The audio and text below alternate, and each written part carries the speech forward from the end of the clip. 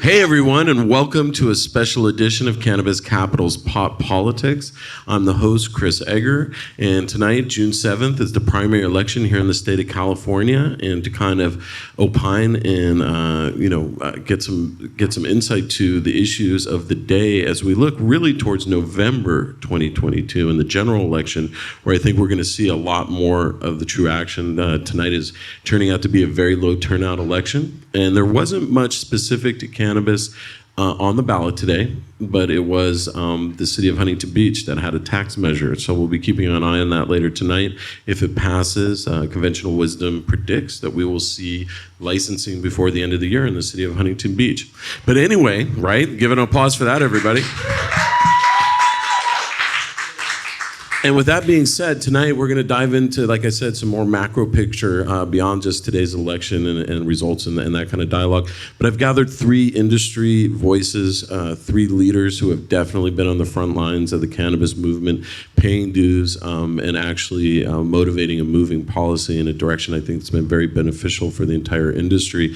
So I think I'm going to let them do the honor of maybe introducing themselves, because I think I'd like you to hear them tell their stories from their own mouths. But I will say we have Kiernan from Weed for Warriors, we have Nichole West, the one and only, and then we have Elliot Lewis, the CEO and founder of Catalyst Cannabis Company. So, with that being said, Sean, just really quickly, can you tell everybody out there who it is, what you do, the organization? Let each one of you do that, but make it quick, because I'm going to get into something that the three of you were part of, the SEIU protest, and kind of lead into some of the topics that we've been talking about with tax reform. Weed for Warriors, back in Prop 215 ran chapters. We had patients, growers donated weed. If you got in trouble, we came to court, said you're growing for us. That's why it worked, because the patients were centric. With Prop 64, the patients got thrown out the window, became a tax in government coffers, and the few owners class of the industry. And so with SB 34 that was passed in 2019, we're now running these SB 34 events, getting medicine to veterans free of charge with the industry. And that's kind of taken place of the chapters. I mean, these events are 2-3 hours long. We're getting, 50 to 150 vets at each location, talking, meeting people, networking, other veteran groups coming. It's really good to build those connections, because what we see is cannabis isn't the cure. What cannabis allows is the healing, which is the networking, that support structure, and that's what it's about, connections. All right, thank you. Well, welcome. And Nichole, if you wouldn't mind telling us a little bit about your past, your experience, and then also what you're doing now. My name is Nichole West, and I'm a cannabis business consultant. I basically help scale businesses. I kind of liaison between capital, finance world into cannabis. I'm also the first white-collar criminal in the history of regulated cannabis to become a felon for doing their C-suite position. So I've worked in the industry for about 14 years, and unfortunately, had some and suffered some pretty big losses in this industry. I was one of the people that was originally licensed here in the city of Long Beach under 5.87 in 2008, 2009.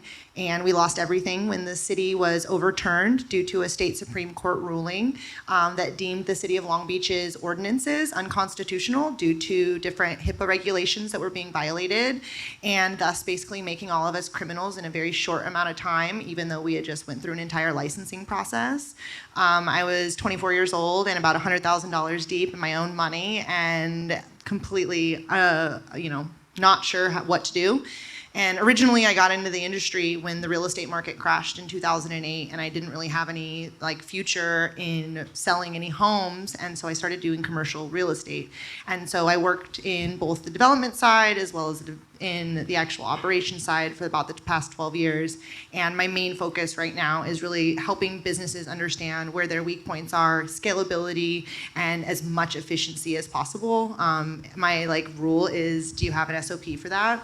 And I really just kind of hope to bring the industry into a much stronger, more legitimate fashion by helping these businesses actually evolve into the next level. Because as much as, the legacy does have a beautiful place, and like I said, I've been in the industry regulated for 14 years.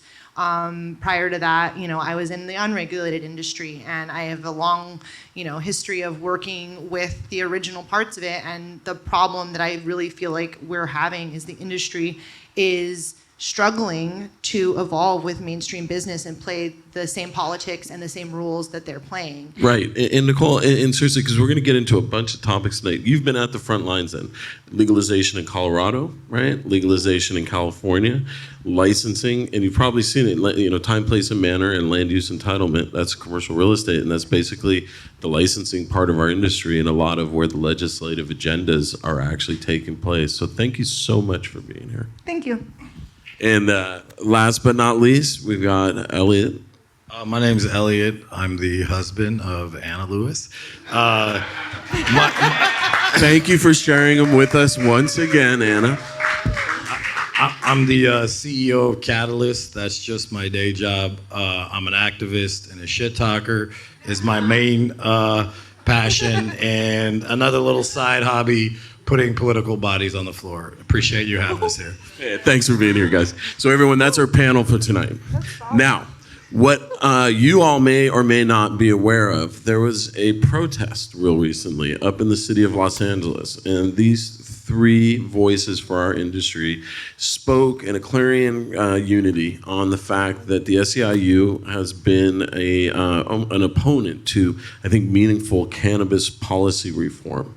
And so I don't know who wants to dive in, but this show, as I've said before, this is a show about common ground for our industry. And so we're looking to get you some insight into why it's important that the SEIU be made aware of what our industry hardships are about. And so I want to ask you, who came up with the idea for the protest, and what was it about? So I think it generated, and correct me if I'm wrong, I wrote it back in 4 or 5 months ago, said all this tax talk, nothing's really going to happen, and why, and outlined why. And in it was blaming the SAU as on the tax side. And then I think Elliot ran with it, and he said, one day he goes, we got to protest. And I said, of course we got to protest. That's awesome, right? And so it's happened real quick. And with Elliot's support and the team that Elliot brings together, it happens quick and it's very effective. And not only that, it's competent, right? So much of speaking out and amplifying the voice is competent. And that's what's great about what I enjoy about the two people up here is they bring that credibility to the table and are willing to speak out. And that's something that I have found in short supply. Right, Elliot, you gave some comments at both that and in Long Beach, right, at a protest about the need for tax reform in the industry. What do you think that message carries to what audience? Well, I think the fun part about and the important part about protesting the SEIU is I don't think people realize why tax reform is not happening, right?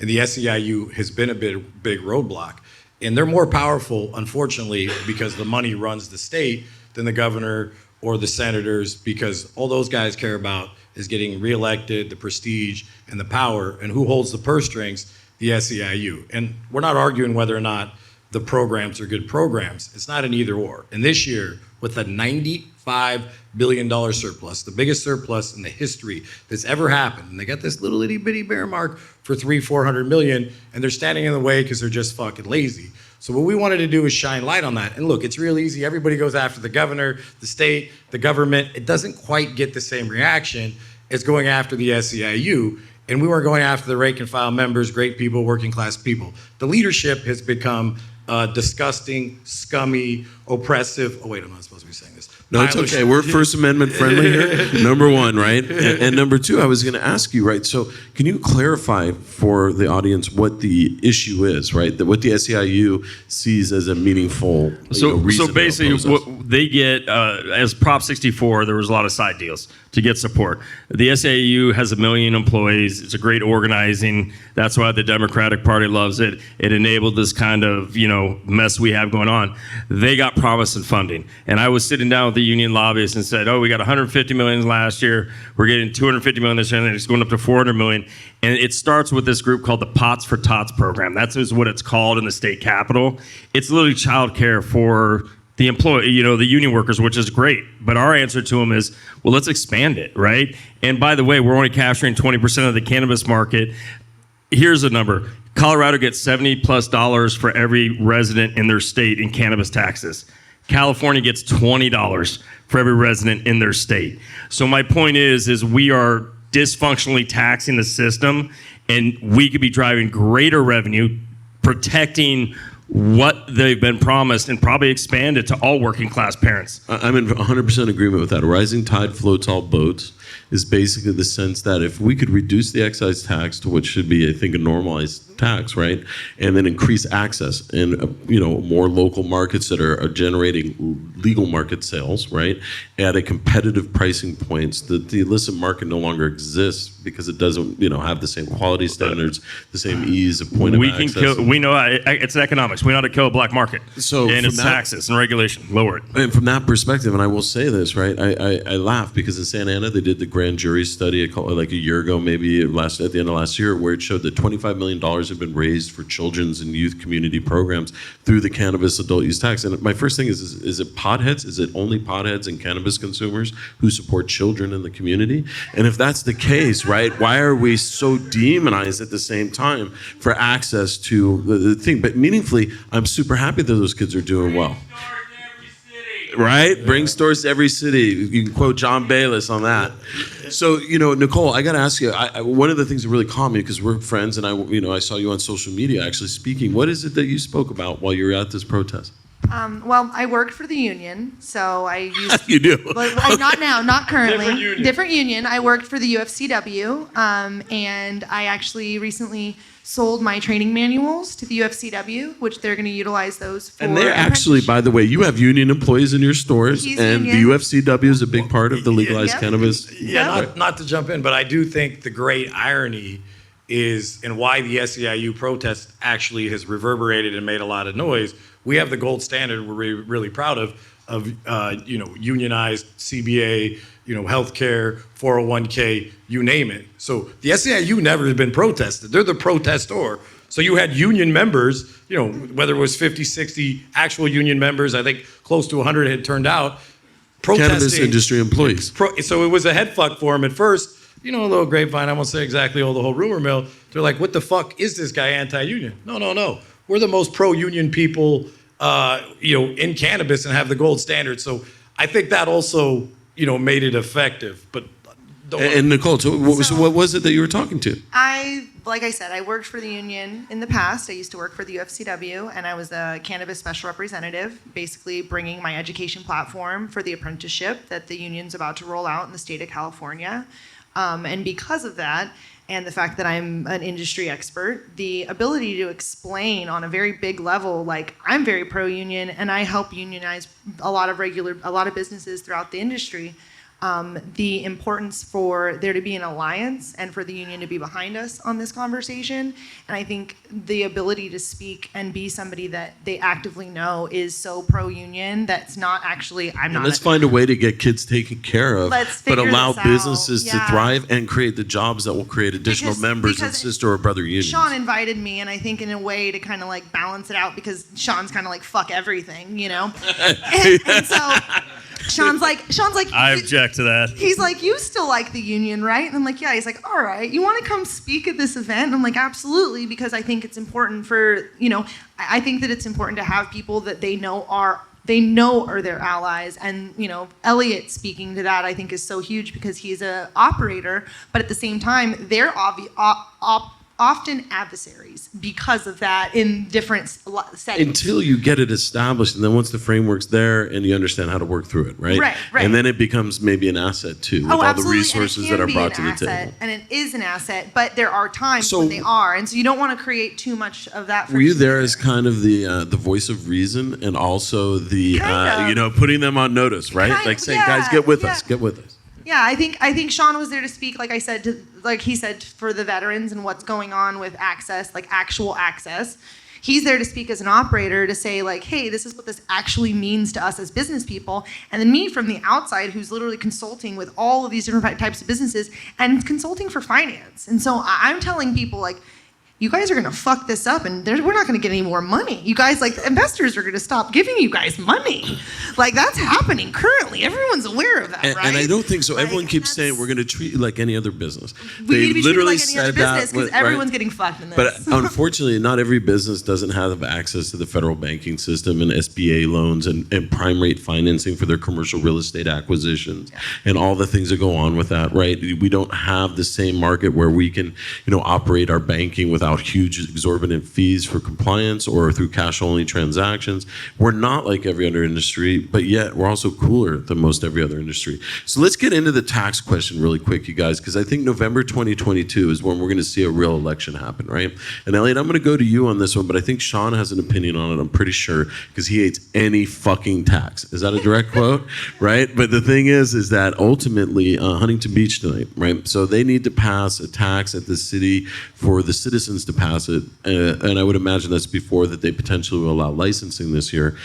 You were talking to me about it.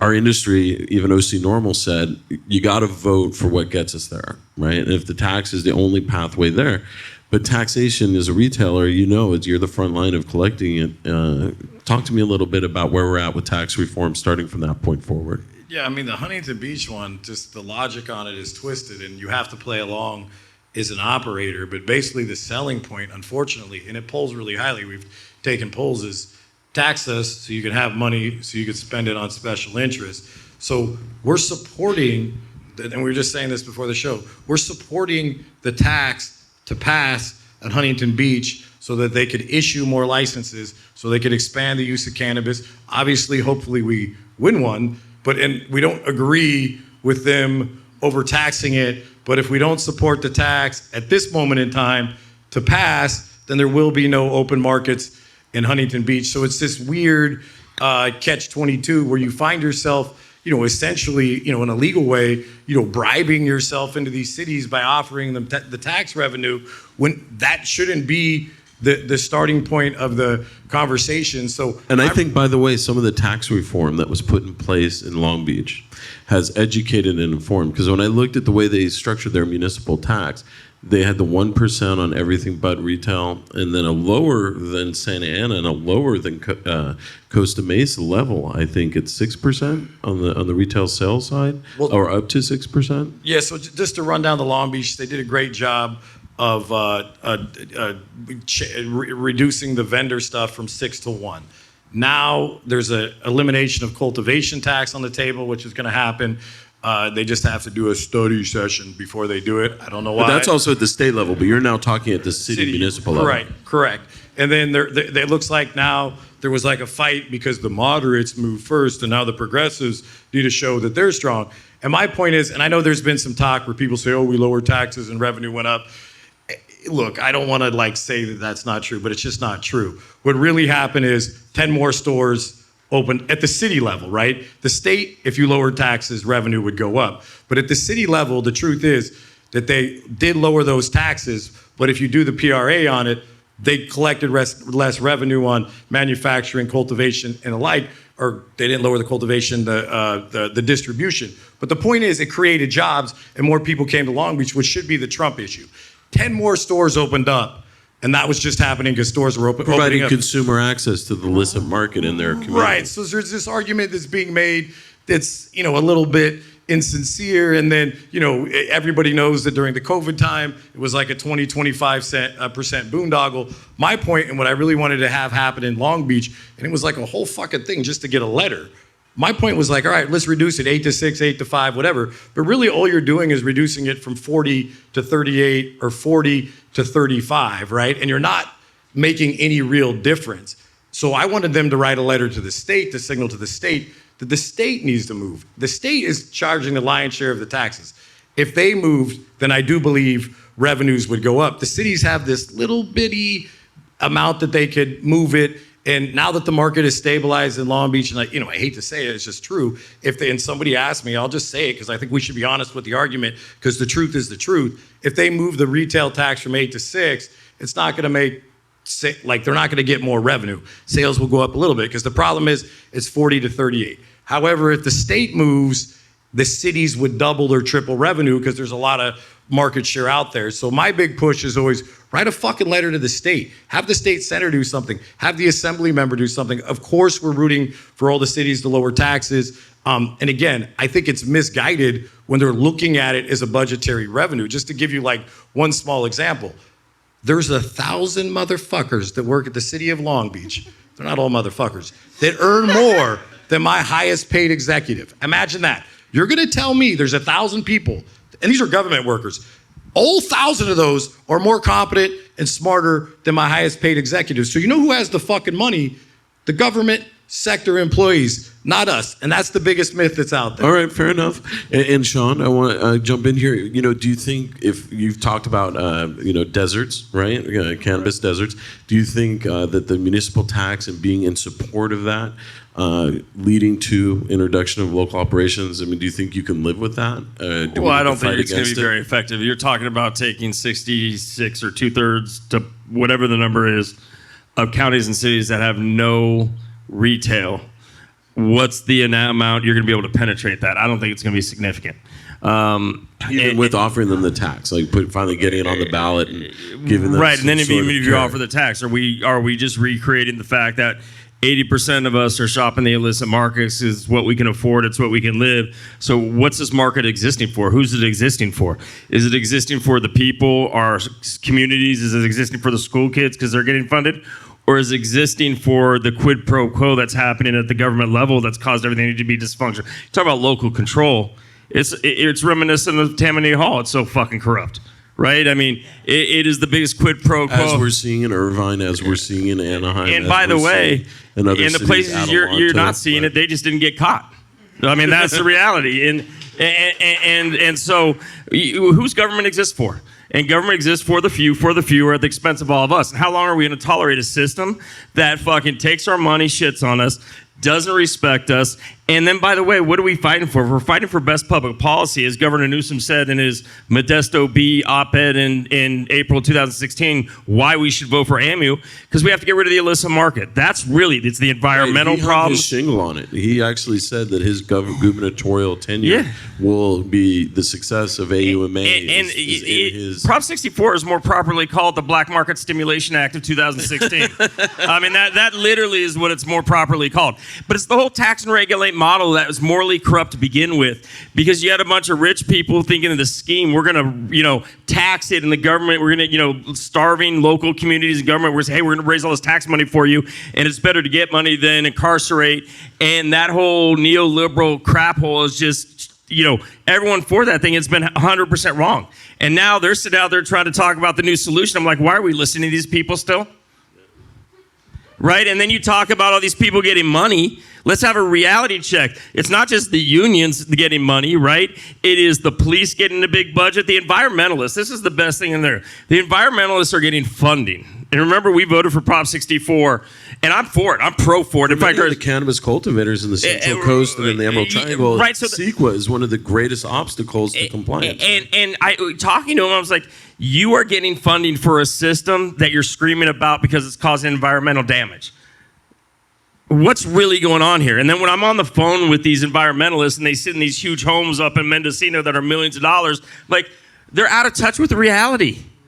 They're not dealing in the world we deal with. When people fly private planes and don't go through TSA, and they're the ones making the damn laws, that's why we're stuck with this shitty ass system. Take your shoes off, sir. And so now listen, Sean brought in a logical jumping off point, right? But Nichole, I wanted to ask you as a business owner. So Huntington Beach is 1% on all the other license types, 6% I think for retailers are up to. Santa Ana, I don't know where they're at right now. Their taxes have moved around a little bit. Long Beach. I can't work in Santa Ana because they still won't allow felons. So understood, but the reason, Criminal you. as a business owner, where is a manageable place for the relationship, the common ground between the city, the community, and the operator? There is the idea that, because we're going to start talking about 1281 and lowering the overall excise tax and stuff to a manageable level. But I mean, as a business leader, do you think Huntington Beach is making a good decision on this? Do you think that's low enough? Do you think that's reasonable?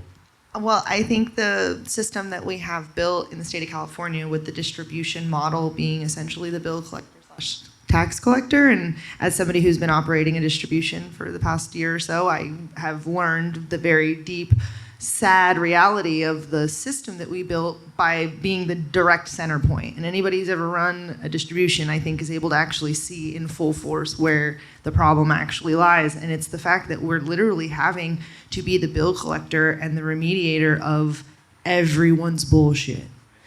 Everyone's bullshit. If you want to deal with everyone's bullshit, become a distributor, because it's a great idea in the state of California. Brought to you by everybody who's ever distributed. Who remits the municipal taxes? I'm sorry, what? Who handles the municipal tax? I mean, I know Municipal the state taxes are handled at a local level, and most cities have some fucked up sheet of paper that you try to fill out, and you're like, actually, that's not a real tax term. I'm sorry. And if you filled out any local city tax forms for your taxes in cannabis, you know what I'm talking about. But they're very, very basic, and like they collect by directly through. But when we're talking about the cultivation tax on the most weird, fucked up level, somehow it makes it to the distributor, even when it's a cookie. And I'm like, I have to pay the weed tax of like when this was a plant on this cookie. Yeah, no agribusiness has ever been and taxed. I'm like trying to explain this to the cookie maker and being like, no, bro, but like you gotta back it out. You gotta back it out. About how many grams of hash did you put in that? Okay. Well, when you made the hash, how many grams of weed did you put in that cylinder before you ran that bitch? Okay. Now how many ounces is that? Oh wait, you work in the metric system? I'm sorry, that's fucked up. I didn't mean that, because the American system is more fucked up, but we did this wrong thing here. So let me explain this to you really quickly. Can you just give me like a base number that looks close to like 22% and shut the fuck up? Oh my Lord. Has anybody ever run a distro? All right, so that truly is one of the reasons we say it's onerous, right? That the level of taxation here in the state of California that's been placed solely and only upon the cannabis industry, it really is a separate but equal kind of mentality. Your businesses, but you don't get treated the same. You're gonna have less access to traditional rights as a business owner, and on top of that, we're gonna put bigger handicaps and bigger burdens. So Sean, Elliot, I don't know where you're at on this, Nichole. Oh, and let's try to figure out the taxes on his donated product so too. That's fun. We're gonna talk about this Give me the money really back, quick, government. which is the California Cannabis Reform Initiative. Okay, now I want to say to everybody out there, I have a great debt of gratitude to Mr. Sean Kiernan and the Weed for Warriors Foundation, who were the first guests. Thank you. The first guest for Cannabis Capitol's Pop Politics in its inaugural episode. You were the only one who would listen to me, brother. Right? Amen. And at that time, the way he and I had been connected, among other professional affiliations and different groups of people, was I sat in on a Zoom meeting where Sean was educating a statewide coalition of various parties, some dispensary owners, cultivators, definitely people like me in the activist consulting role in the political public affairs arena, about the California Cannabis Reform Initiative. Elliot, you've now endorsed the concept of it, but this man over here at the far end, everybody, if you're not familiar, has probably passed more municipal, or at least qualified more municipal ballot initiatives than any other member of the cannabis industry. And I myself prided myself on being involved in 3, right? So I'm like, bow down, right? But the two of you are endorsing this idea. But Sean, catch us up right now on where Weed for Warriors is at and the coalition you're building. And Nichole, at the end of this, I want to hear if you endorse it too, but I know Elliot has already done it publicly. Well, so where we're at on this is, how do we move this forward? And how do we, I think we can agree on what it should be. I think the question is, we can go through the spectrum. Where should we be on taxes? Run like free the weed totally, or do we want to pay some local tax to give to kids because it makes people feel good and it aligns positive, with it? So that has to be determined. But where we're at is the League of Cities basically made a comment to the Sacramento Bee that says, we'll worry when they're actually collecting signatures and have money to actually get it on the ballot. So they're dismissing that chance. And this is the local access. Yeah, these are the League of Cities. The three-headed hydra, unions being one, League of Cities are the second, and we can talk about the third when you want.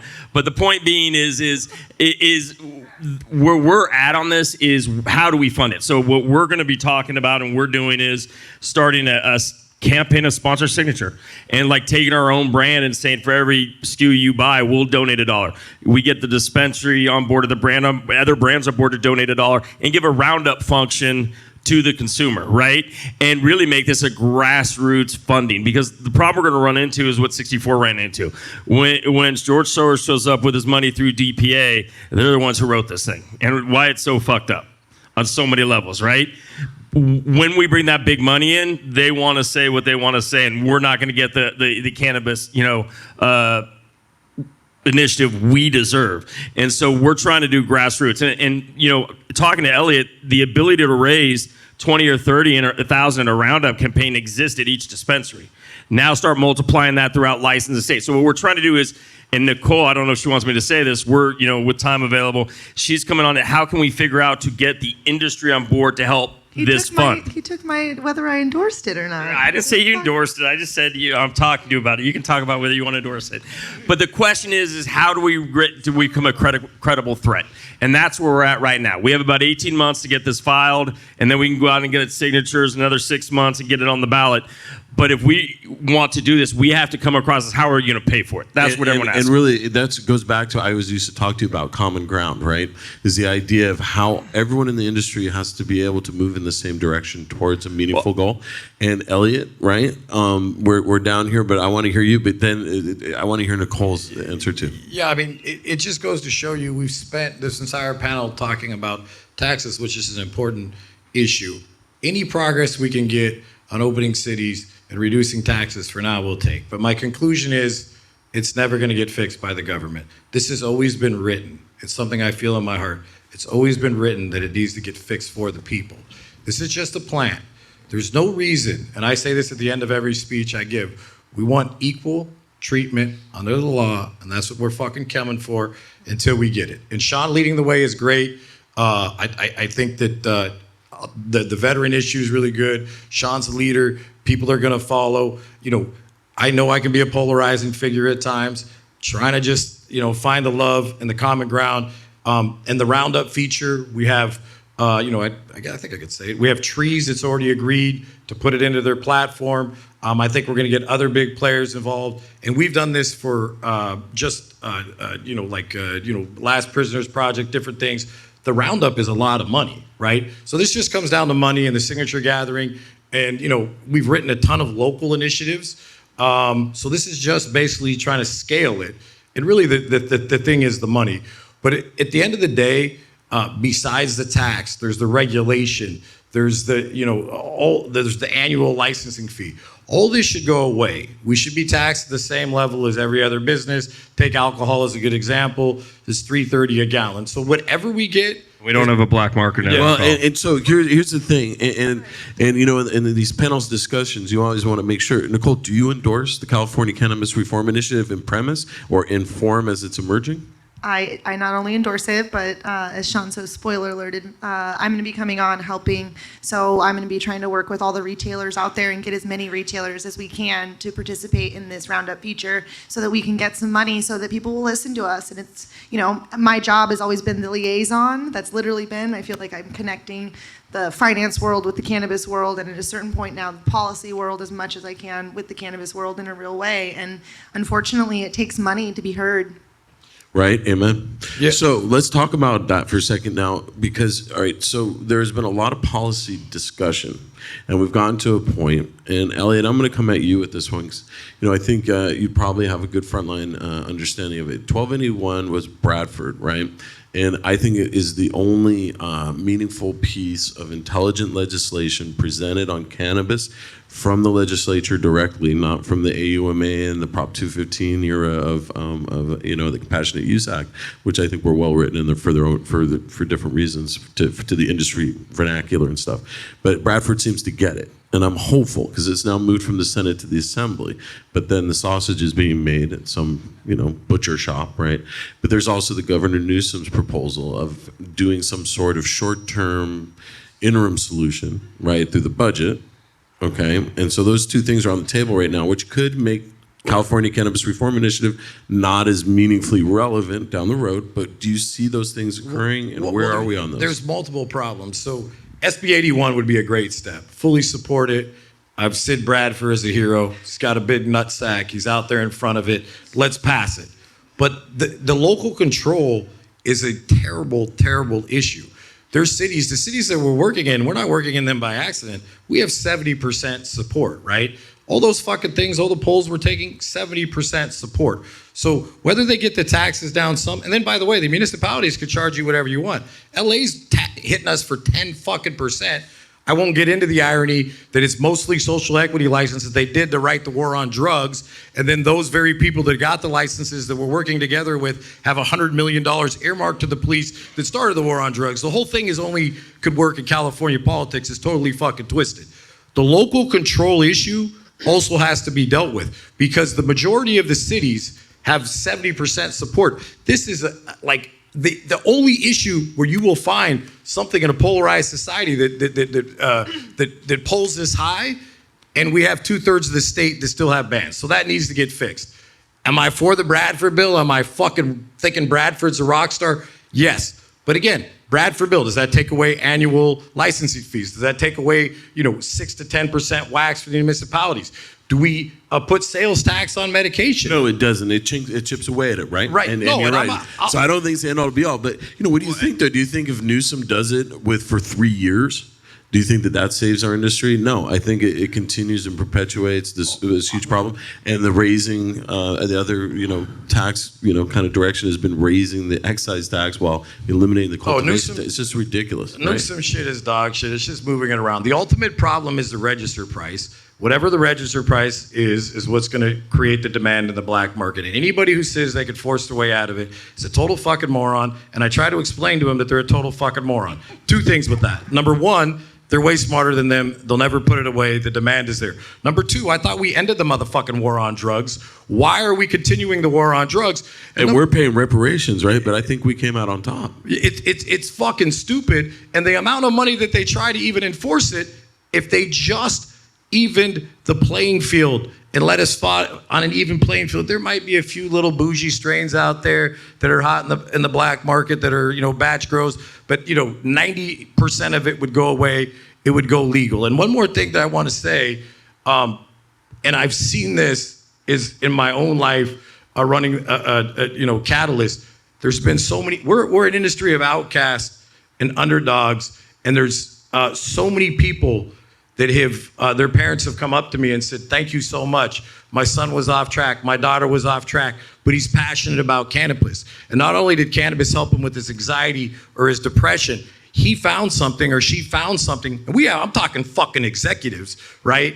That he or she was passionate about and became an executive in a cannabis company that's way more valuable than some douchebag Chads, while the MSOs are failing, right? That could find something that he likes and rise up. So if there's ever been an industry where you could take people that are underdogs, that aren't necessarily mainstream, and turn them into great employees, give them union jobs, have the upward mobility to be an executive.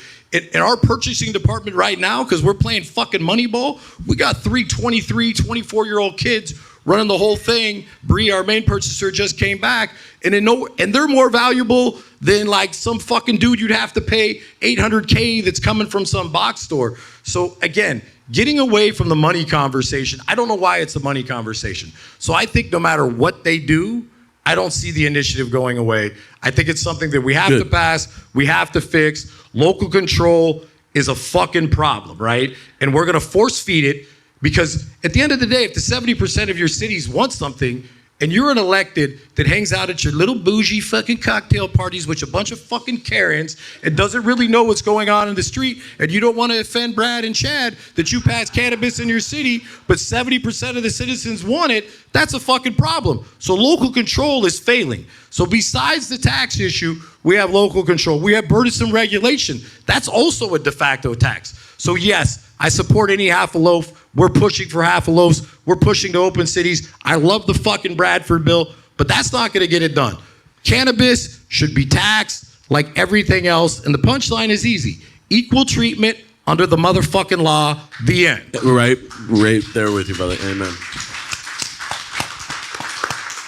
All right, Sean. So, and truthfully, that really is something you've talked about. Can you write a regulatory, compel cities of over 10,000 people to allow for retail operations within their city or access within their So city? the third head of the Hydra is local control, and that's what Elliot highlighted. Couple parts. One, Spot on with that analysis. the Bradford bill, by the way, I would just say our tax rate in CCRI that we put out was 5%. We got rid of the cultivation tax. Out of that 5%, we took 1% and gave it to all locales because then we evenized the tax, so there's no arbitrage going on, but everyone on the equal feel, and got local control out of the game of regulation. Maintain zoning. Alice Huffman from the NAACP, when we were fighting against the delivery ban back in 2017 and 18, she screamed at local control and said, alluded to what local control historically was about. It was keeping those people out of my town. That's what local control is generated from. And then she talked about you cannot prevent medicine from being delivered on a public road to a private residence from illegal, because that's what you're effectively trying to do. And for veterans, delivery is kind of important in a lot of cases, right?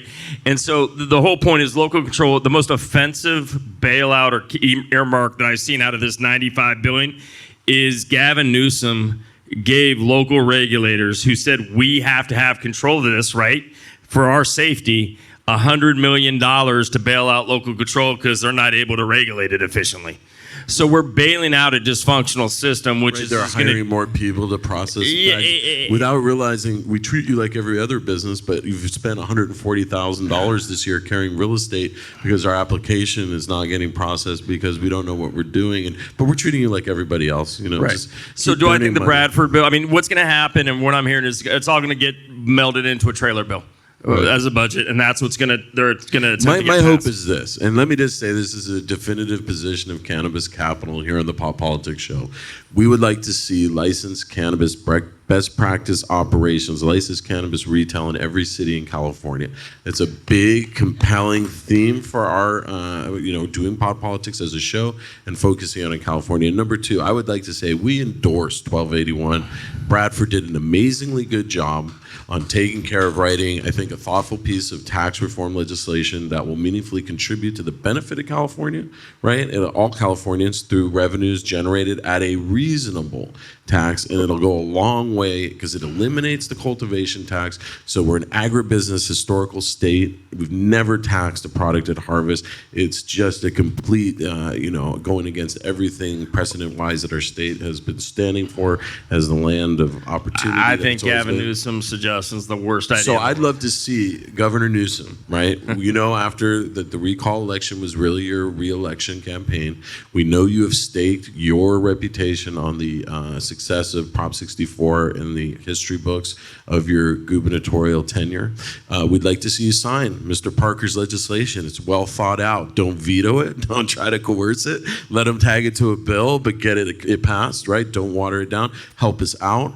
And then meaningfully, and secondly, I think, Sean, you pointed it out, it's going to be local control in helping bridge the state. And I know the state is now, if I'm not mistaken, dedicating funds. How are we missing the fact that if we don't deschedule this fucking plant? that Oh, you none want of to this get? matters? Let's go there, Like, Nichole. Lead it hold there. on real quick. Guys, Lead it there. I think we can talk fucking local control till the cows. Well, the But, reason local control won't change is every politician in the state capitol comes from cities, and that's the ladder. So they're coming from local control. Their support base is local control. That's why they don't vote against local control. They vote unions. Now let's switch to what Nichole wanted to say on the deschedule on the federal Right. side. Well, I was going to say, because that's the last layer of this. If we want banking reform, if we want access to prime rate lending, right? If we we want can't change that at a state level. We can't change that at Thank a you. local So level. let's We dive have to into change that at a federal level, and nobody is really stepping up on a federal level. Everyone, we are fighting the city and we are fighting the state government. We're mad at our fucking governor,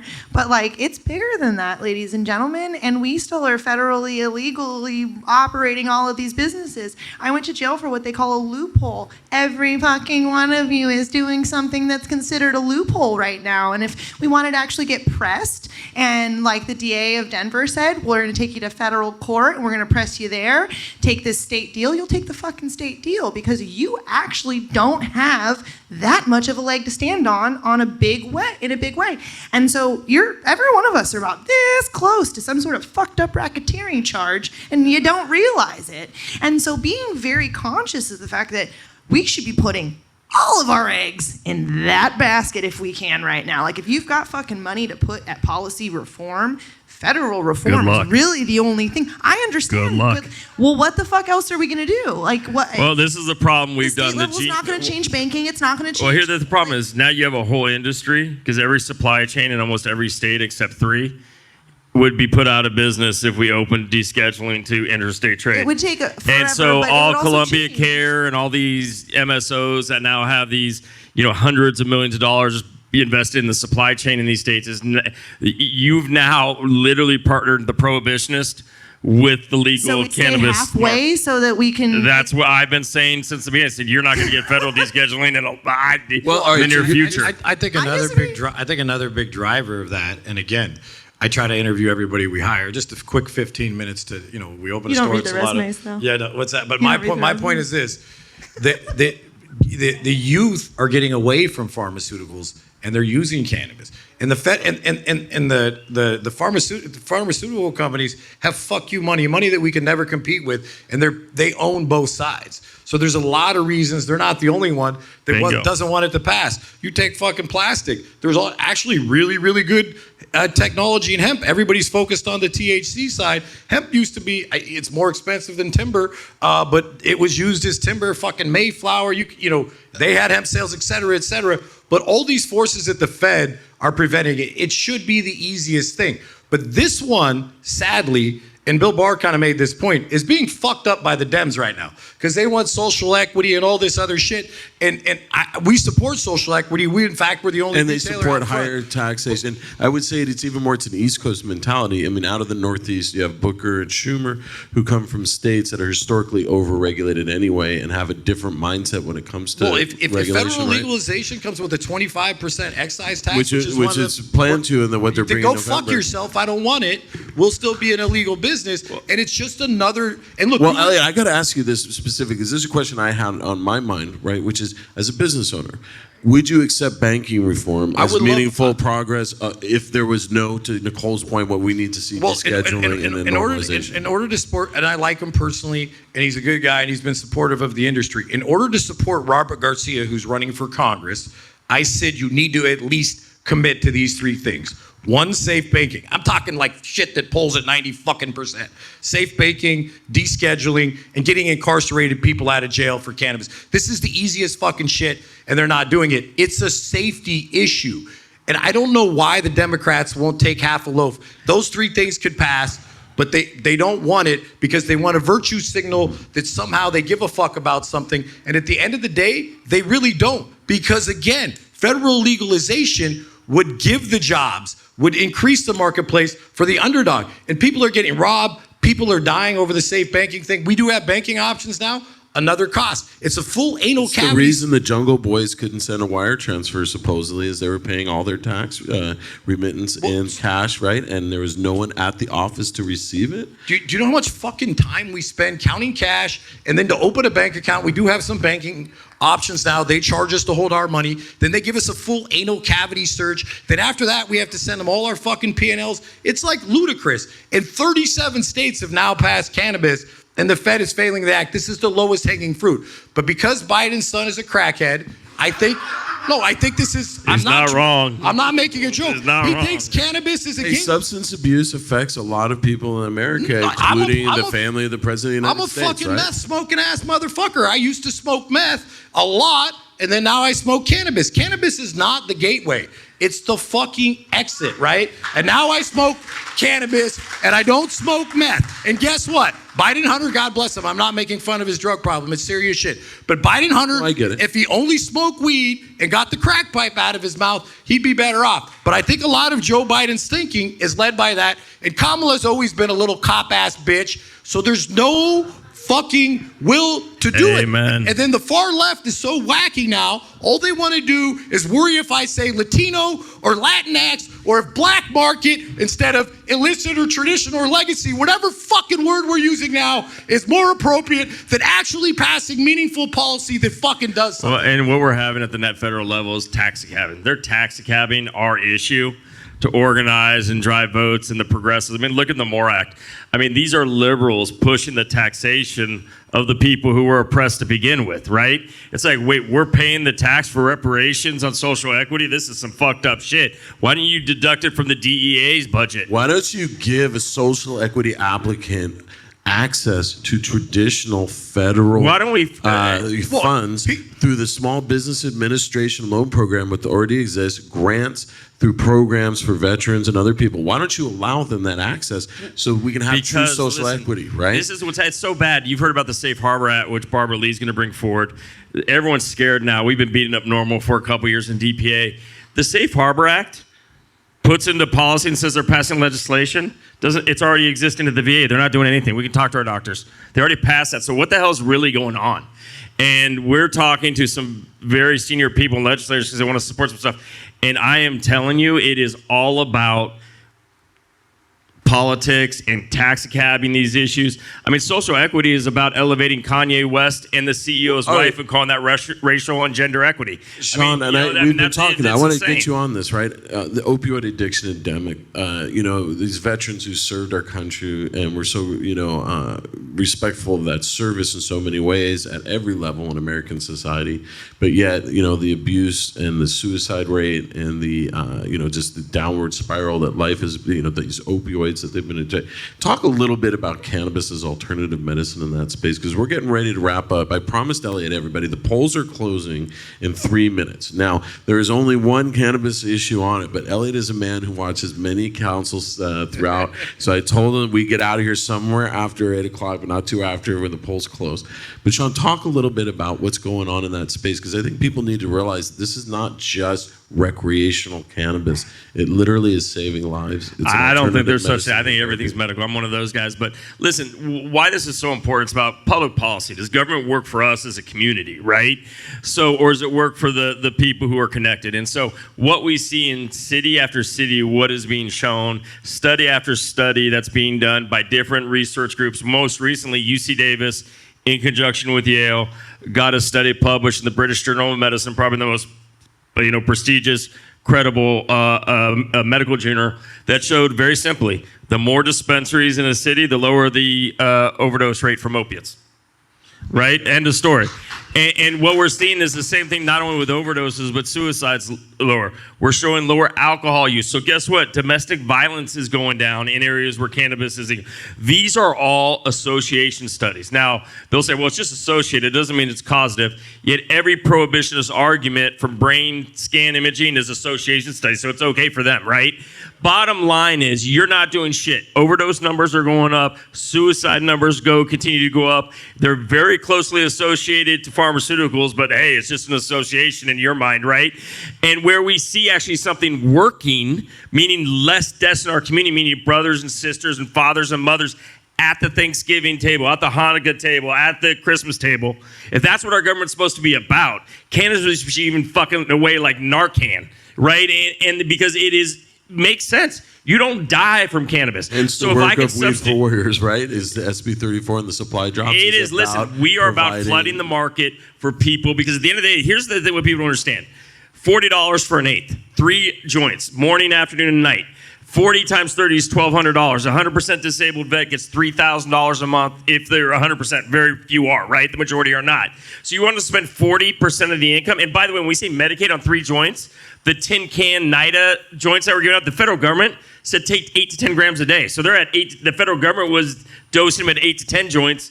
That would cost $3,600, more money than their 100%. That is the corruption of our system. NIDA's like 3% though. It's 9%. It's 9%. I do want to make one point on the social equity that's an absurdity.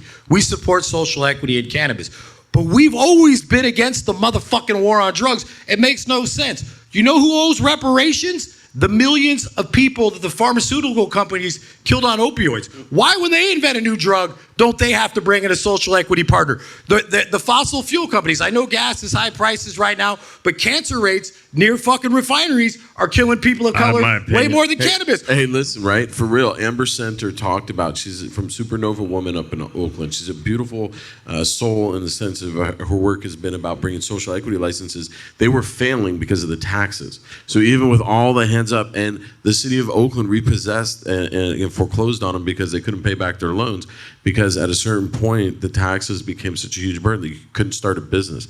So definitely reform in that area. So listen, guys, and I do mean it, Elliot. I do appreciate you bringing out the time tonight. All three of you for coming down. Sean, right? I know that Nichole, for me, is somebody I see on a regular basis, but the two of you I don't get to see as much. Love you all. And I'm going to have one more question for you, and it's going to be a good one. But I just want to say the California Cannabis Reform Initiative, in whatever form it takes, the one thing I love about Sean Kiernan and about the way he's organized the mentality is he's saying, come to the table, tell us what you need to see. If we can get you there, if we can get 90% of us, all of us there, the other 10%, maybe we're going to disagree on or we'll just choke down. But I think the man has a vision. He went out and he commissioned it to be written out and everything. So one more thing is Cannabis Capitol, Nichole, if we can be supportive of your effort to start to bring energy and focus to it, because we're close and we're nearby and we can work together on the daily, we'd love to do that. I'm a personal supporter of the California Cannabis Reform Initiative principle.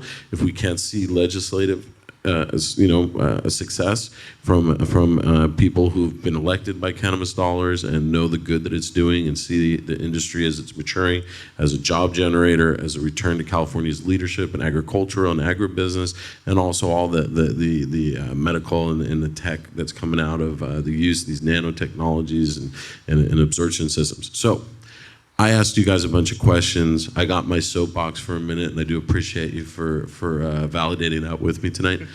Is there anything you were not asked to talk about tonight that's near and dear or meaningful to you on this evening? Starting, I'm going to go down to Elliot, come back to Sean before we close out the show. Is there anything we didn't ask you about, Elliot, you want to talk to? I think it was a great panel. Love being with you guys. I could talk about this shit for 5 hours. Well, then lay one more thing on us. Talk about the South Bay really quick. What should we be prepared for in November? Well, so there will be 5 ballot measures that all go, there might be 2 in each city that hit the ballot. One, because they have a late cycle in March, will also hit the ballot.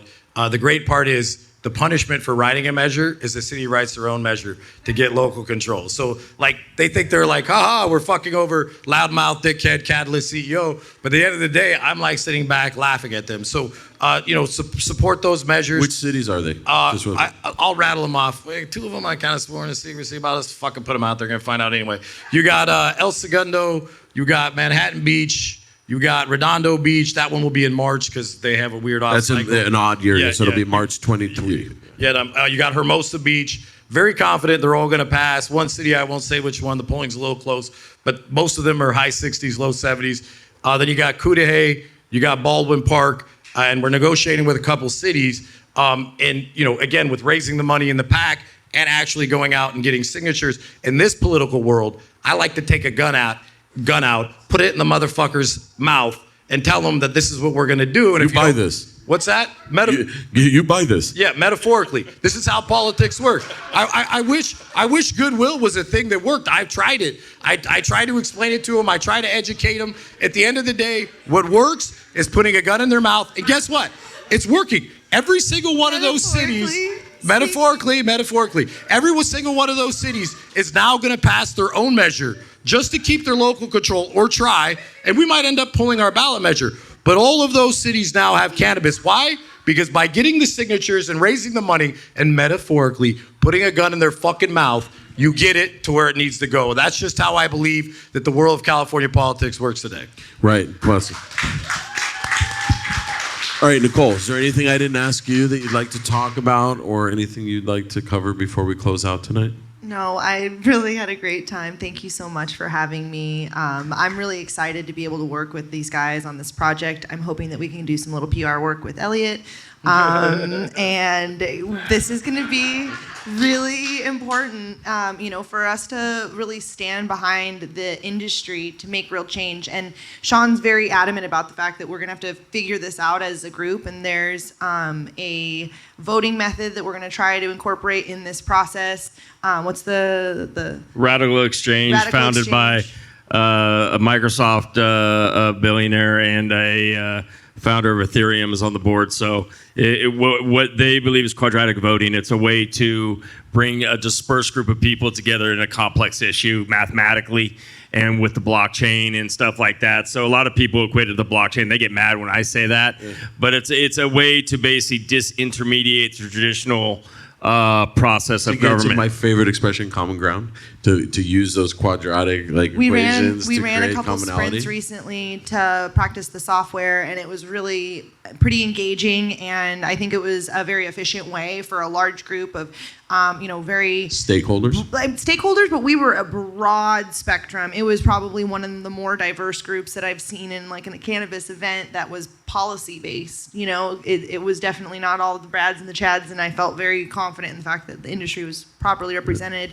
And for us to get to answers that literally nobody was pissed. It didn't end where anybody was like, fuck this, and we're like, all right, I wouldn't have done that, but the other shit was cool. And it literally balanced us out. And so this is something that we're going to work on as a way for us to kind of figure this out together. And if anyone wanted to get more information for you, and we're trying to get better doing this kind of stuff, we could flash it up on the screen at some point in the future.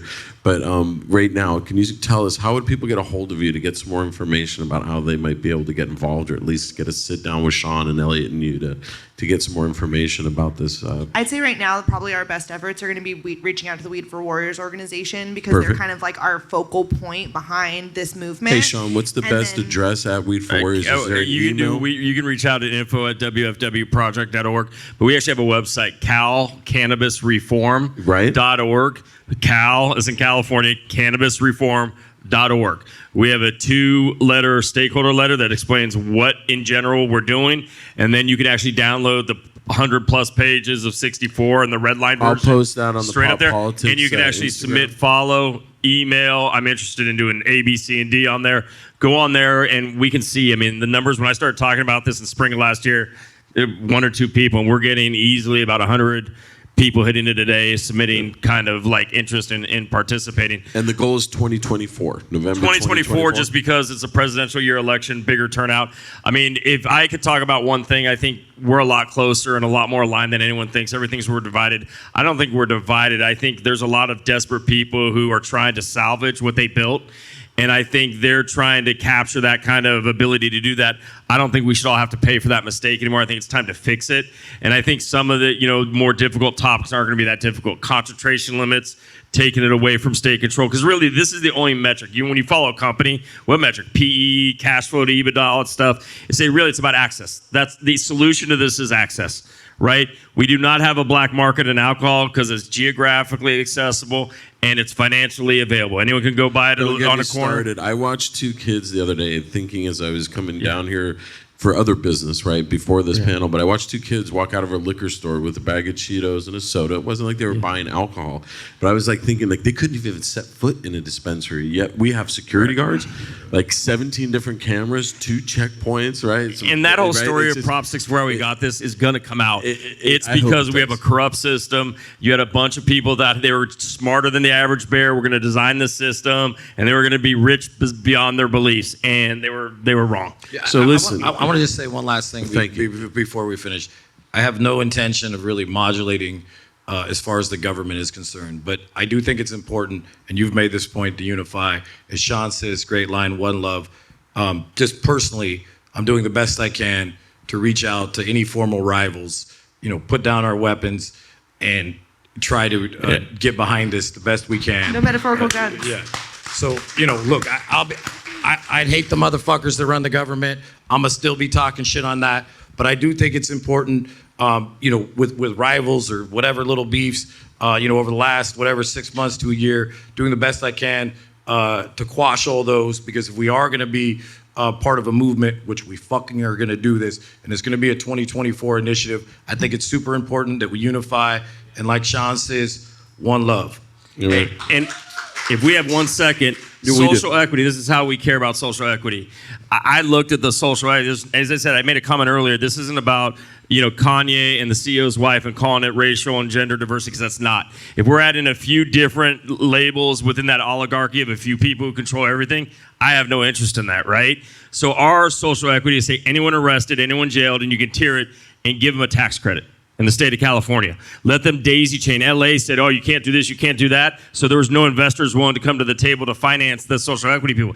Get the hell out of the way. When Amazon comes to the table in a local city or county, what do they ask for? A tax credit. Why? Because it works. And so think about in Fresno, instead of getting 4 licenses to social equity, and they're politically connected people, that's who gets these damn licenses, let's be real, right?